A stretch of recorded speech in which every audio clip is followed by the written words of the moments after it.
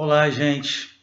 Nesse vídeo vamos falar um pouco sobre a teoria social que está por trás do trabalho do Marx. O Marx não é visto exatamente como um sociólogo, mais como um economista e um filósofo, mas as coisas que ele descobriu a respeito do funcionamento do capitalismo são muito relevantes para qualquer estudo sociológico. Então a gente viu em Durkheim que o protagonista, digamos assim, é a própria sociedade, né? Quase como se os sujeitos, os indivíduos não tivessem liberdade para escolher. A sociedade pesa sobre o indivíduo, né? Para o Weber, o foco são os indivíduos, né? E o significado que eles dão para a ação social. Para o Marx, o foco da análise não é nem a sociedade como um todo, né? Como se a sociedade fosse uma coisa homogênea, nem os indivíduos tomados isoladamente. Para o Marx, os protagonistas da vida social são as classes sociais. O que é uma classe social, gente?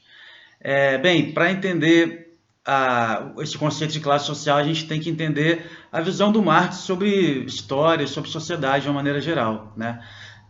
O Marx acreditava que a humanidade teria surgido numa situação original que a gente poderia chamar de comunismo primitivo, que é diferente do comunismo científico, sobre o qual a gente vai falar. Desse comunismo primitivo, os meios de produção, ou seja, as ferramentas, a terra, tudo era de propriedade coletiva e o produto do trabalho também era de propriedade coletiva.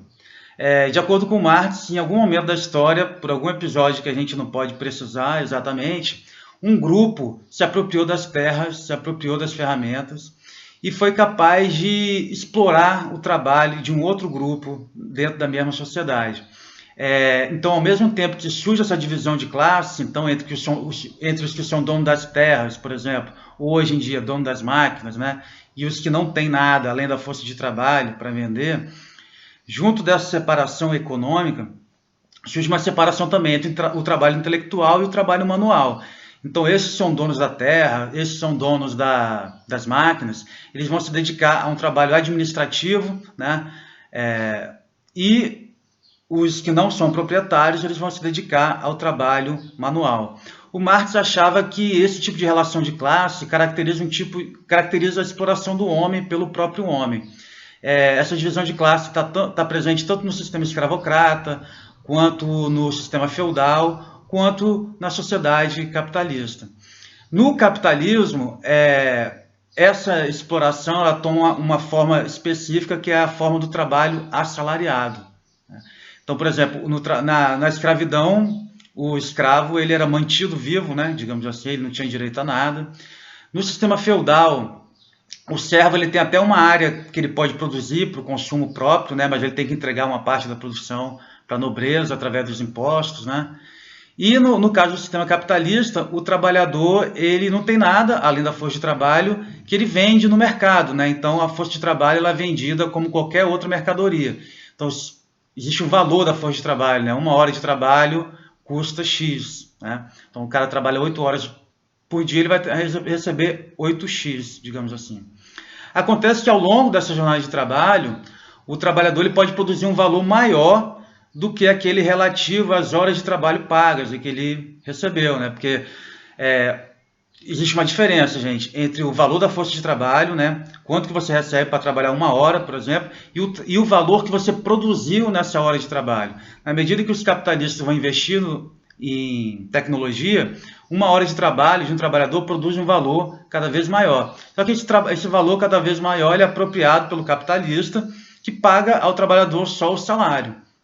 Então a diferença entre esse valor produzido no processo de trabalho e o que o trabalhador realmente recebe, o nome disso é mais-valia.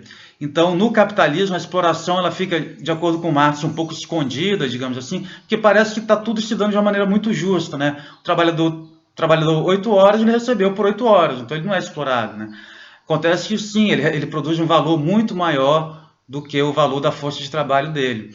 E esse valor ele é apropriado pelo capitalista e chama-se mais-valia essa diferença. E aí que residiria a exploração no sistema capitalista. É importante chamar a atenção, gente, que no sistema de classes sociais, a questão que está em jogo, como eu estou falando, é a propriedade dos meios de produção. Então, se você for um trabalhador assalariado, que ganha muito bem, vou imaginar que você é um alto executivo da Vale, você recebe, sei lá, 40 mil reais, não sei quanto recebe um alto executivo da Vale. ainda assim você é um trabalhador, você não é um burguês, de acordo com Marx, porque você é um assalariado, você não é dono de nada, você pode ser demitido a qualquer momento.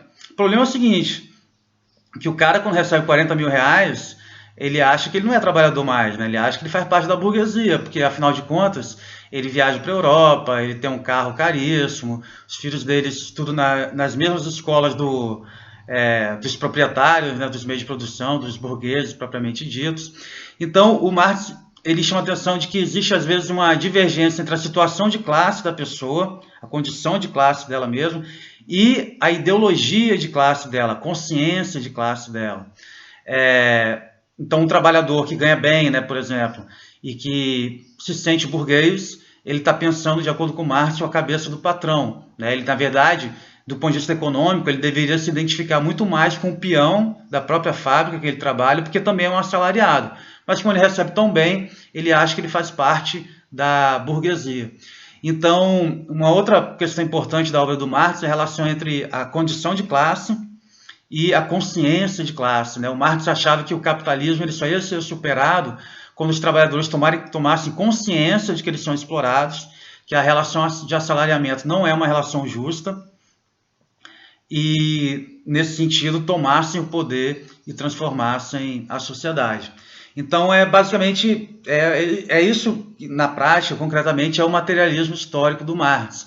Ele estuda as relações dentro da sociedade a partir da questão da propriedade dos meios de produção, e esse setor todo da economia faz parte do que a gente chama de infraestrutura, que seria o aspecto mais importante de uma sociedade, né? Se ela está ou não dividida em classes sociais.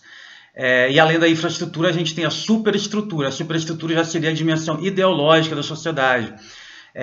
O direito, a política, a religião, todas as ideias e valores se formam uma sociedade. O Marx achava que numa sociedade capitalista, em que a burguesia domina no nível da infraestrutura, os valores da burguesia também tendem a ser dominantes no nível da superestrutura. Então, vou dar um exemplo para vocês. Não sei se vocês perceberam, mas quando a gente está estudando lá o Weber, o surgimento do calvinismo protestante, né, que está tão associado ao capitalismo, ele se dá, ou seja, essa mudança ideológica dentro do cristianismo, ela se dá ao mesmo tempo em que no nível da economia a burguesia está ascendendo ao poder, ou ela está ganhando cada vez mais poder. Então, quer dizer, na medida que um novo grupo surge e começa a dominar no nível econômico, ele faz que as suas ideias sejam dominantes também no nível da superestrutura, no nível ideológico. Então, Marx achava que os trabalhadores eles tinham que se livrar da ideologia burguesa, eles tinham que entender que, na verdade, eles não são colaboradores, eles não são empreendedores, eles são explorados, e que eles têm que se organizar para tomar o poder. É mais ou menos por aí que se dá a teoria do Marx sobre a sociedade. É um elemento fundamental, assim, realmente qualquer sociólogo que estude, qualquer grupo social, qualquer sociedade, ele tem que se atentar para essa questão. Quem é dono das máquinas? Quem é o dono dos meios de produção? As pessoas trabalham juntas e dividem juntas o produto do trabalho, ou existe um grupo que explora o outro grupo, né? É lógico que isso não resume o estudo da vida social, mas é um aspecto fundamental da gente entender o funcionamento da sociedade, tá bom?